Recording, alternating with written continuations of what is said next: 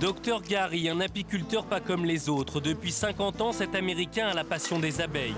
À la différence de ses confrères, il ne récolte pas du miel, mais plutôt des trophées. En effet, Norman Gary élève des abeilles pour la publicité, le cinéma et d'autres spectacles en tout genre. Il apprécie également les records. Aujourd'hui au programme, séance de camouflage. Norman couvre son assistant de 300 000 abeilles, record du monde, et sans une piqûre.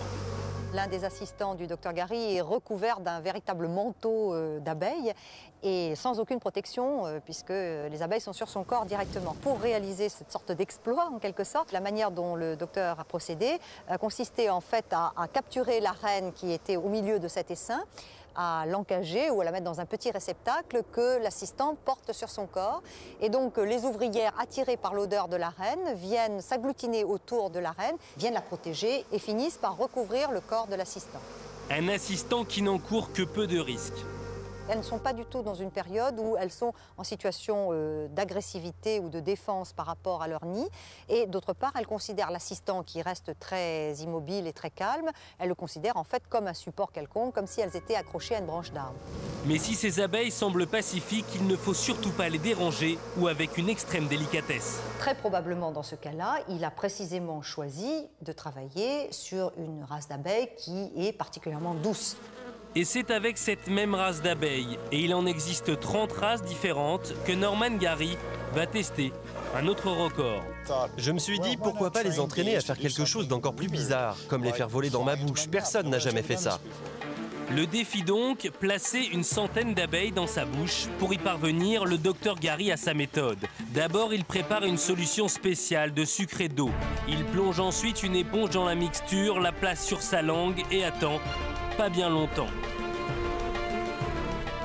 En fait, il détourne le comportement des abeilles qui sont à la recherche de nourriture. On voit qu'il est placé à proximité d'une coupelle de sirop sur laquelle les abeilles sont habituées à venir. Et simplement, il se met à proximité et il va attirer une partie de ces butineuses habituées à venir là, un petit peu plus loin et en l'occurrence dans sa bouche. Une bouche imbibée de sirop, véritable aimant pour des abeilles qui demeurent menaçantes. Le risque principal lorsqu'on se fait piquer, au-delà de la douleur, c'est le risque allergique. C'est-à-dire qu'en fait, même avec un faible nombre de piqûres, voire même une seule piqûre, quelqu'un qui est très allergique risque de faire un choc anaphylactique, qui est donc une réaction extrêmement violente qui peut conduire à la mort.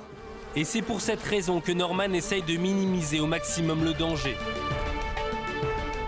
Il est clair que lorsqu'il a les abeilles dans sa bouche, il doit rester totalement immobile de façon à éviter évidemment la moindre excitation des abeilles et surtout le moindre affolement qui entraînerait une réaction en chaîne et des piqûres en chaîne.